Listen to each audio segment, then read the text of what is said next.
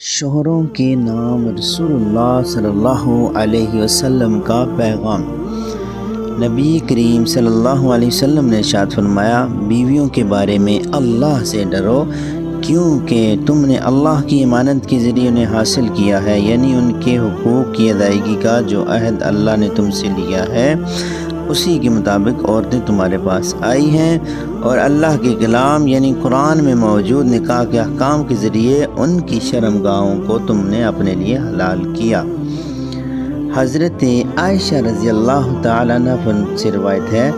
کہ انہوں نے فرمایا کہ رسول اللہ صلی اللہ علیہ وسلم کی کسی بیوی پر اتنا رشک نہیں آیا جتنا مجھے حضرت خدیجہ رضی اللہ تعالیٰ عنہ پر رشک آیا،